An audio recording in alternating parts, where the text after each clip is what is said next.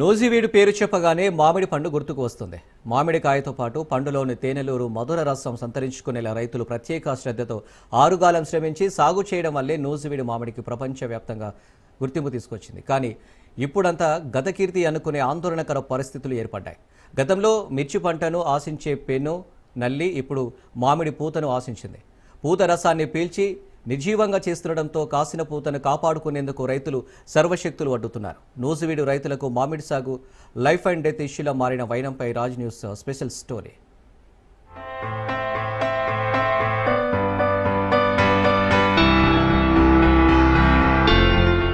నూజివీడు ఈ పేరు చెప్పగానే ప్రతి ఒక్కరికి ప్రపంచవ్యాప్తంగా ప్రసిద్ధి చెందిన ఎన్నో రకాల మామిడి పండ్ల రుచులు గుర్తుకొస్తాయి. ఎన్నో మధురమైన రకాల పండ్లు దిగుబడి వచ్చేలా సాగు చేయడంలో ఈ ప్రాంత రైతులకు సాటిలేని గుర్తింపు ఉంది.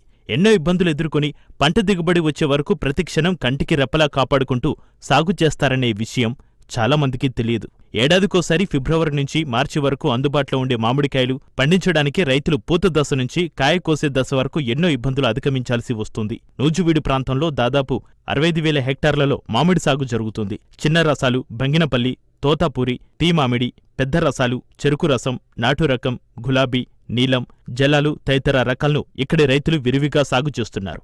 అయితే ప్రస్తుత పరిస్థితుల్లో మామిడి సాగులో దిగుబడి కష్టతరంగా మారడంతో రైతులు మామిడిని పండించేందుకు ఆసక్తి చూపడం లేదు.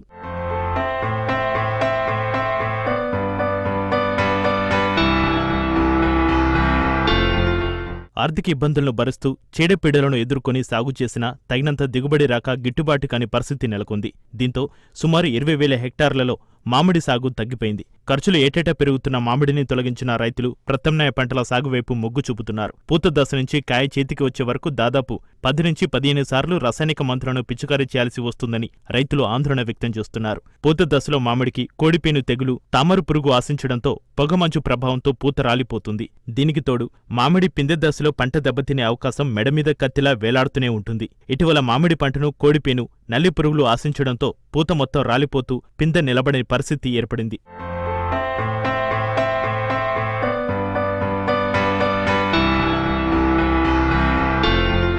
ఎదుగుతున్న మామిడి పూతను పూత నిలుపుకోవడానికి రైతులు పలు రకాల రసాయన మందులు పిచికారీ చేస్తున్నారు. అయినప్పటికీ ప్రయోజనం కనిపించడం లేదు. ఎన్నిసార్లు రసాయనిక మందులు పిచికారీ చేసినప్పటికీ పిందెకట్టు నిలవకపోవడంతో పాటు మామిడి నాణ్యత తగ్గిపోతుంది. 10 రోజులకోసారి ట్రిప్స్ అంతరించే వరకు రసాయనిక మందులు పిచికారీ చేయాల్సి వస్తుందని మామిడి రైతులు వాపోతున్నారు. గతంలో పూత దశలో నుంచి పిందె దశ వరకు 5 నుంచి 6 సార్లు రసాయనిక ఎరువులను పిచికారీ చేసేవారు. కానీ పూత దశలో ట్రిప్స్ ఆశించడంతో ట్రిప్స్ ఉధృతిని బట్టి దాదాపు 10 నుంచి 15 సార్లు రసాయనిక ఎరువులను పిచికారీ చేయాల్సి వస్తుందట. అయినప్పటికీ ఆశించిన స్థాయిలో మామిడి దిగుబడి రాకపోవడంతో అనేక విధాలుగా నష్టపోతున్నారు రైతులు.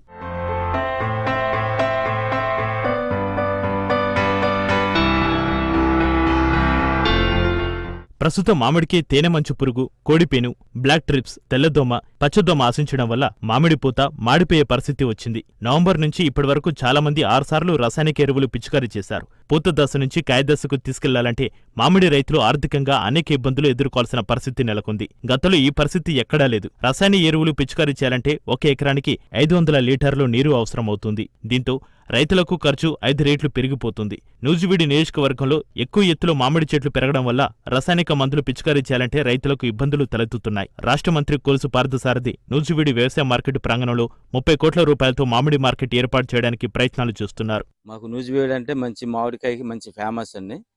ఈ నూజివీడు శాస్త్రవేత్తలు మామూలుగా ప్రభుత్వం చేయదన్న ఈ దశలో మాకు ఉపయోగకరంగా ఏదైనా ఉపయోగిస్తే రైతులు అనేది నష్టపోకుండా ఉపయోగపడుతుందండి.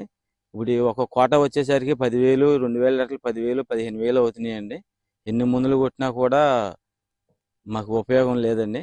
ఇది ఆఫర్ అనేసరికి కోడిపోయిన అనేసరికి బాగా ఉండి అసలు ఏమి ఉత్తి గెల్లలే ఉంటున్నాయి పింద.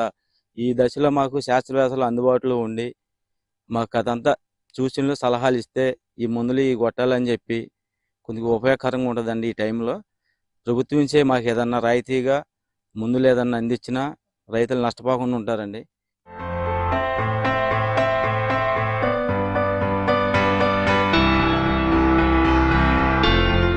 మందులు పిచికారీ చేసినప్పటికీ ప్రయోజనం కనిపించకపోవడంతో కొత్త అనుమానాలు తలెత్తుతున్నాయి.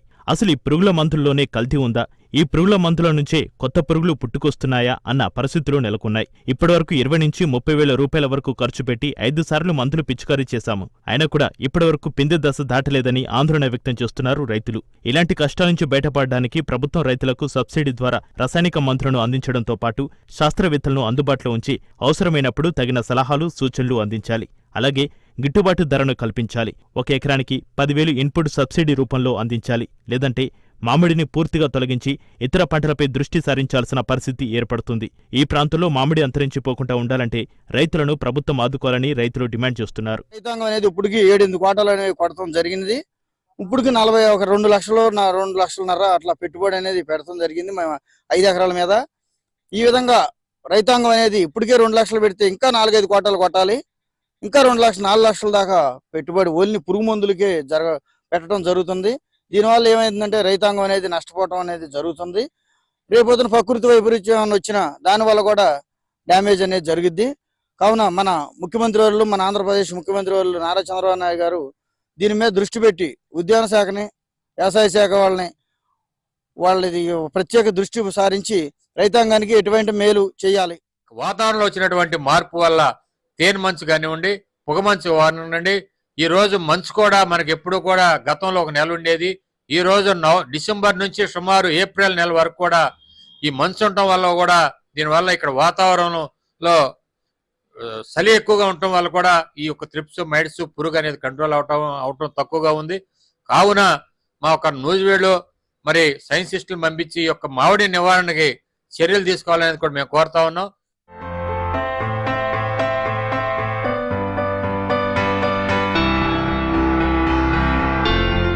ప్రస్తుతం మామిడి తోటలో పూత ఎక్కువగా ఉంది.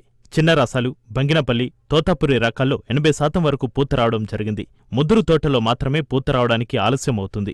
ఇటువంటి పరిస్థితుల్లో రైతులు పూత సంరక్షణకు, పిందెకట్టు నిలవడానికి ఏం చేయాలి, ఎలాంటి మందులు ఎంత మోతాదులో వాడాలనే విషయాలను రైతులు మామిడి పరిశోధన కేంద్రంలో శాస్త్రవేత్తలను సంప్రదించాలి. తరచుగా శాస్త్రవేత్తల సూచనలు, సలహాల మేరకు ఎరువులు, మందులు పిచికారీ చేసి పూతను సంరక్షించుకోవాలి. మామిడికాయ పెరుగుతున్న దశలో నాణ్యత పెంచుకోవడానికి కాయలకు కవర్లు వినియోగించాలి. తద్వారా మామిడి రైతులు అధిక దిగుబడులు సాధించవచ్చని నూజివీడు మామిడి పరిశోధన కేంద్రం శాస్త్రవేత్త డాక్టర్ కనక మహాలక్ష్మి, కీటక శాస్త్రవేత్త జి. సాలిరాజు తెలిపారు. రకాల్లో 1-2 సార్లు కాపర్ ఆక్సిక్లోరైడ్ కానీ, కాపర్ హైడ్రాక్సైడ్ కానీ 3 గ్రాములు 1 లీటర్ నీటికి కలిపి మనం స్ప్రే చేసుకోవాల్సి ఉంటుంది. అలాగే వివిధ దశల్లో వస్తున్న ఈ తెగులను నివారించుకుంటూ కాయల యొక్క మంచి నాణ్యమైన దిగుబడిని మనం పొందాలి అంటే తప్పకుండా కాయలకి కవర్స్ అనేది మనం, అంటే కాయ తొడుగుడికి కాయ కవర్స్ అనేది మనం చేయాల్సి ఉంటుంది. లేకపోతే ఫ్రూట్ ఫ్లై మనకు పండుగ అంటారు, వీటి బారి నుంచి కూడా మనము కాయలు రక్షించుకోవడానికి ఫ్రూట్ కవర్స్ అనేది కూడా కంపల్సరీగా ఏర్పాటు చేసుకోవాలి. పండుగ కొరకు మనకు మామిడి పరిశోధన స్థానం నూజివీడు నందు ఫ్రూట్ ఫ్లై ట్రాప్స్ అనేవి కూడా లభ్యం ఉన్నాయి. సో ఇలా వీటినన్నిటిని కూడా మనం వినియోగించి మామిడిలో అధిక దిగుబడిని మనం సాధించుకోవచ్చు. అదేవిధంగా ఎగుమతికి అనువైనటువంటి కాయలను కూడా మనం పొందవచ్చు.